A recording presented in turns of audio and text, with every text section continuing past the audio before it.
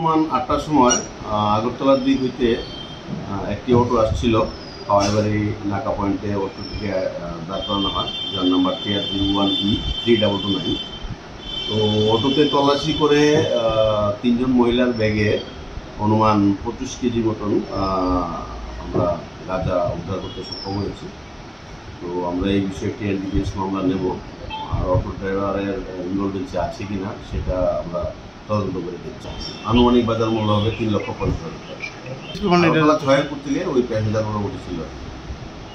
তারা কই যেতেছে? তারা তেলিয়ামোড়াতে অটো করে তেলিয়ামোড়াতেই তারা আসছিল। তেলিয়ামোড়া থেকে তাদের গন্তব্যস্থল অন্যভাবে যাওয়ার চেষ্টা করছে।